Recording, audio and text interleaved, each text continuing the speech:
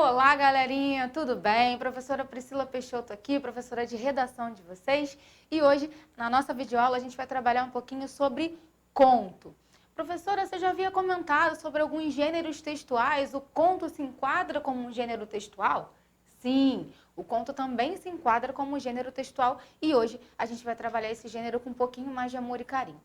Professora, o que seria um conto? Um conto é um gênero textual predominantemente narrativo. Professora, o que quer dizer que ele é predominantemente narrativo? Isso quer dizer que boa parte dele, com relação à estrutura, visa contar algo, beleza? Se é um conto, muito provável que seja algo fictício, tudo bem? Professora, por que você não diz então que é todo narrativo? Porque a gente pode ter trechos de outras tipologias textuais. Por exemplo, a gente pode ter um trechinho descritivo, né, em que você apresenta características de um personagem, de um local, de um objeto, de algo que seja necessário que nós saibamos para conseguir compreender, né, aquela narrativa. Por isso que a gente diz que é predominantemente narrativo. Não significa que ele seja todo narrativo, mas o que predomina ali, o que fundamenta a essência é a narração. Professora, o que quer dizer então que um texto ele é narrativo? Quer dizer que você está contando algo e você pode contar algo que seja fictício ou algo que seja real, beleza? O conto vai se enquadrar dentro dessa tipologia textual da narração. Então, é um gênero textual que se enquadra no tipo de narração, beleza? Ah, professora, e as características desse conto? Quais são essas características? Um conto, conforme eu já disse, é um texto predominantemente narrativo. Então, visa contar alguma coisa, objetiva contar alguma coisa, beleza? Além disso, a gente vai ver que num conto, como ele é bem curtinho, né, é uma narração um pouco mais curta, com relação a tamanho mesmo, a extensão, como é uma narração curta, a gente vai ver que há poucos personagens, só tem um conflito, mas é uma narrativa bastante superficial, a gente não se aprofunda em nada, beleza?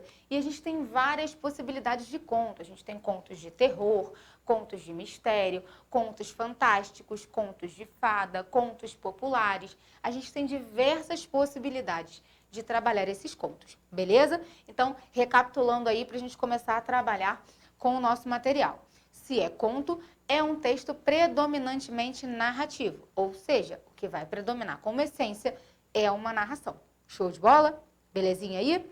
Além disso, é um texto bem curto, né? Tem uma extensão muito pequena, beleza? Então, se ele é pequeno, a gente vai ter poucos personagens, vai ser uma narrativa muito superficial, a gente não vai se aprofundar em assunto nenhum. Vai ser tudo muito superficial na hora de contar. Um conflito só, tá? E a gente vai ver que ele vai se desenvolver para que tenha um final aí que pode ser esperado ou inesperado. Como é uma narrativa, a gente tem uma estrutura comum numa narrativa, beleza?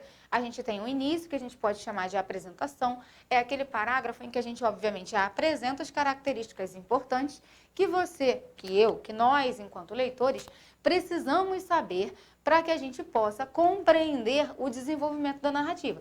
Então, é aquilo que para a gente vai ser a base, para a gente compreender lá na frente o que é aquela narrativa, sobre o que aquela narrativa está contando, o que tem de diferente naquela narrativa, beleza?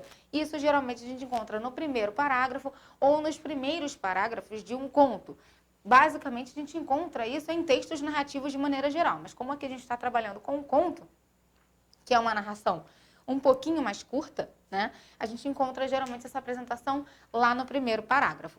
Show de bola? E aí a gente começa com o desenvolvimento. O desenvolvimento ele começa com a quebra da normalidade do texto.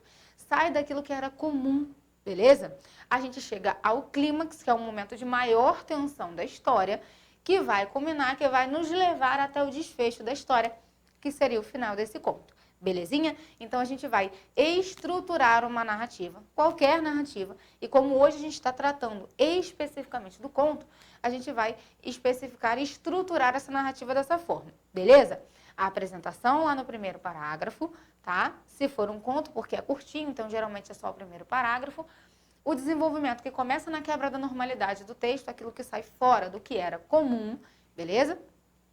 O clímax, que é o momento de maior tensão da história, tá? E o desfecho, que é o final da história. Belezinha? Show de bola? Então, vamos lá para o nosso slide para a gente começar a tratar. Antes de a gente começar a trabalhar propriamente com os slides, eu sempre gosto de colocar, né, uma frasezinha do dia, um pensamento do dia, tá? Para que a gente tenha aí um estímulo, né, para o nosso dia. Nunca seja como uma fotografia que mostre apenas a sua beleza. Seja como uma moeda que de um lado mostra o seu rosto e do outro o valor que você tem. Show? Então vamos lá, galera. O conto é um dos gêneros narrativos mais comuns na tradição literária brasileira.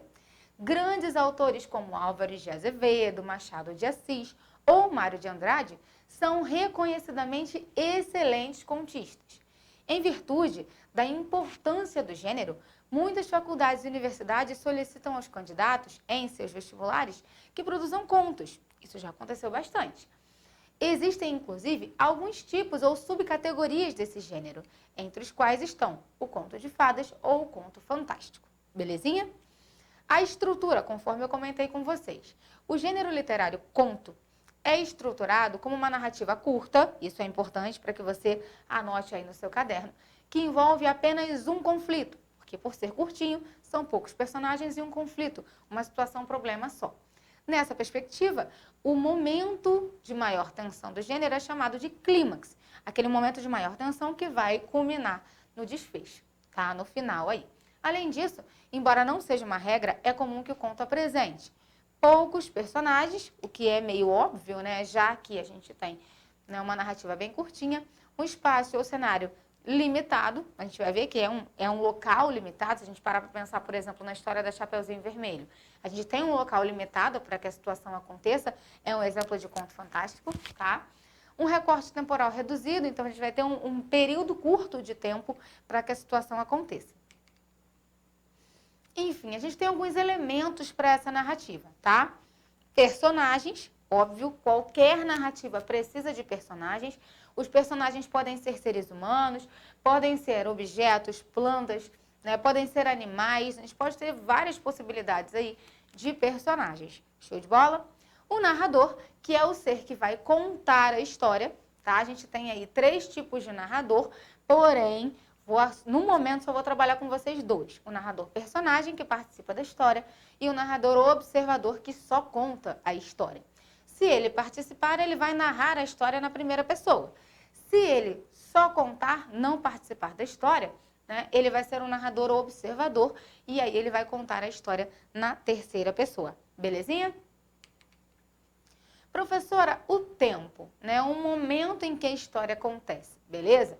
É aquele período em que a história de fato vai acontecer e a gente vai trabalhar, né, esse tempo como cronológico e psicológico.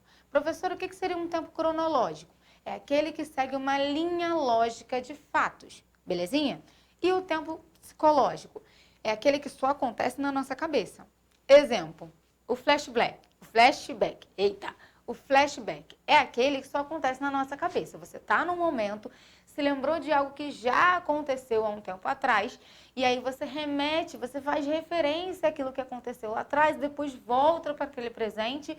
Quando você faz essas mudanças temporais, elas só podem acontecer na nossa cabeça, né? Como só pode acontecer na nossa cabeça, esse é o chamado tempo psicológico, belezinha? Então, a gente tem o cronológico, segue uma sequência lógica de fatos, e o psicológico, né? Que é aquele em que a gente tem mudanças temporais que só podem acontecer na nossa mente. Beleza? Professora, o espaço é o cenário onde a história vai acontecer. Qualquer texto narrativo vai apresentar essa estrutura. Aqui a gente está falando de um conto que é um gênero textual predominantemente narrativo, mas a gente pode ter aí, né, diversos outros textos narrativos que também vão seguir essa estrutura por serem narrativos. Belezinha? Enfim, professora, o enredo.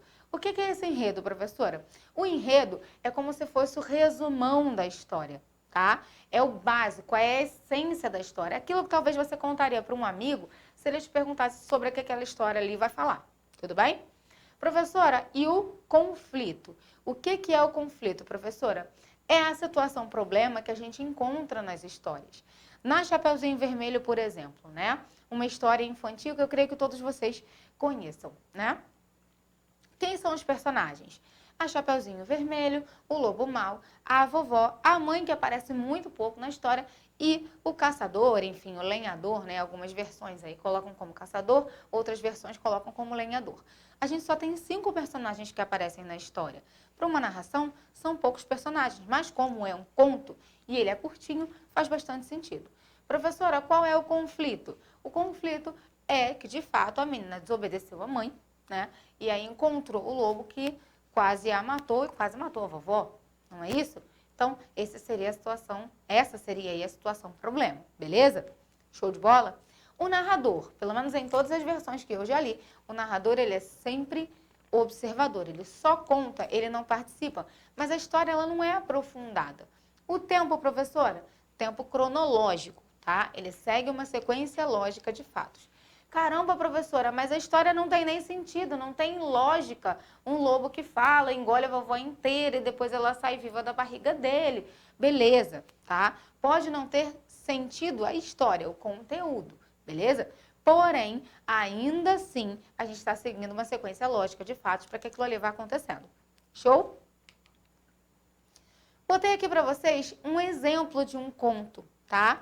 Para que a gente possa trabalhar e identificar aí todos esses elementos que a gente comentou anteriormente.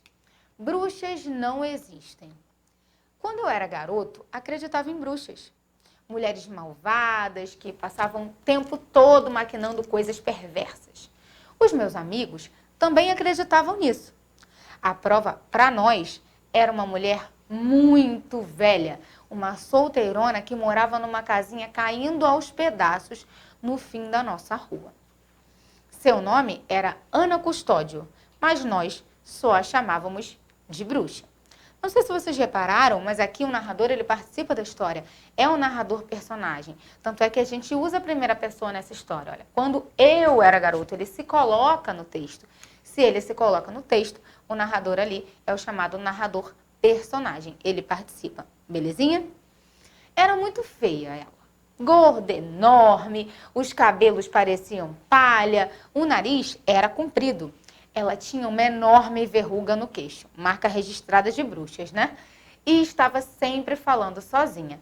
Nunca tínhamos entrado na casa, mas tínhamos a certeza de que, se fizéssemos isso, nós a encontraríamos preparando venenos num grande caldeirão. Nossa diversão predileta era incomodá-la. Volta e meia, invadíamos o pequeno pátio para dali roubar frutas. E quando por acaso a velha saía à rua para fazer compras no pequeno armazém, ali perto, corríamos atrás dela gritando: "Bruxa! Bruxa!" Um dia, encontramos no meio da rua um bode morto. A quem pertencera esse animal, nós não sabíamos, mas logo descobrimos o que fazer com ele: jogá-lo na casa da bruxa. O que seria fácil. Ao contrário do que sempre acontecia, naquela manhã, e talvez por esquecimento, ela deixara aberta a janela da frente. Sob comando de João Pedro, que era o nosso líder, levantamos o bicho, que era grande e pesava bastante. E com muito esforço, nós o levamos até a janela. Tentamos empurrá-lo para dentro, mas aí os chifres ficaram presos na cortina. "Vamos logo!" gritava o João Pedro, antes que a bruxa apareça. E ela apareceu.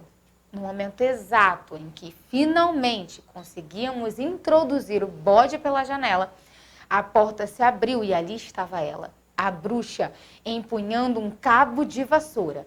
Rindo, saímos correndo. Eu, gordinho, era o último. E então aconteceu. De repente, enfiei o pé num buraco e caí. De imediato, senti uma dor terrível na perna e não tive dúvida. Estava quebrada.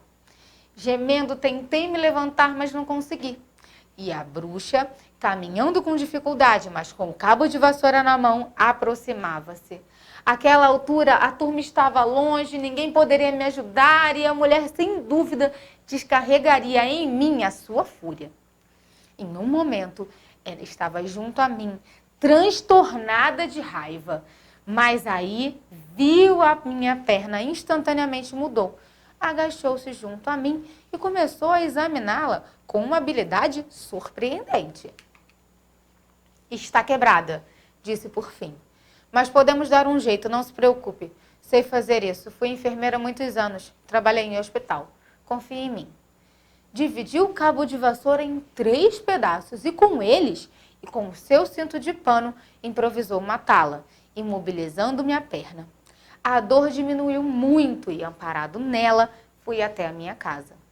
Chame uma ambulância, disse a mulher à minha mãe. Sorriu. Tudo ficou bem. Levaram-me para o hospital, o médico engessou a minha perna e em poucas semanas eu estava recuperado. Desde então, deixei de acreditar em bruxas e tornei-me grande amigo de uma senhora que morava em minha rua. Uma senhora muito boa, que se chamava Ana Custódio. Enfim, a gente aí leu, né, um exemplo clássico de um conto, belezinha? Nesse caso, a gente vê que no início da narrativa, no início desse texto, a gente consegue compreender quais são os personagens da história, né? A Ana Custódio, que era a suposta bruxa, esse menino, né, que faz parte da história, e todo o grupinho dele. A gente apresenta a narrativa, demonstra que, de fato, né, aquilo ali, aquela história, aquela situação de eles incomodarem a senhora, era uma situação frequente, mas que em algum momento algo aconteceu de diferente. Aí a gente tem a quebra da normalidade do texto, né? Quando, de fato, né, eles jogam o bode para dentro da casa da senhora, todo mundo sai correndo quando ela vê e aparece com um cabo de vassoura, mas o menino, que é o narrador, né, ele não consegue correr tanto, talvez por conta do condicionamento físico dele, e aí ele acaba ficando pelo caminho, pisa num buraco, quebra a perna. Aquilo ali não era comum. Então aí a gente tem a quebra da normalidade da situação. Até que chega um momento de clímax, de maior tensão, que é quando a senhora chega perto dele com a perna quebrada. Ele imagina que ela, sendo a bruxa, a suposta bruxa, né? Ali ela iria descarregar toda a sua raiva no menino, talvez fazer um feitiço ou algo do tipo, mas na realidade ela vai ajudá-lo, porque na verdade ela era uma enfermeira aposentada, é o que parece, trabalhou muito tempo num hospital. E esse clímax, ele gera, ele culmina o desfecho da história, o final da história. Qual seria esse final da história, professora? Ele deixa de acreditar em bruxas, ok? E acaba virando muito amigo daquela senhora que, na realidade, nunca foi bruxa. Beleza? Galera, deu para entender essa parte de conto? Sim? Não? Foi? Acho que deu com esse exemplo. Belezinha, amores? Beijocas, queridos. Até a nossa próxima aula. Fiquem com Deus. Tchau, tchau.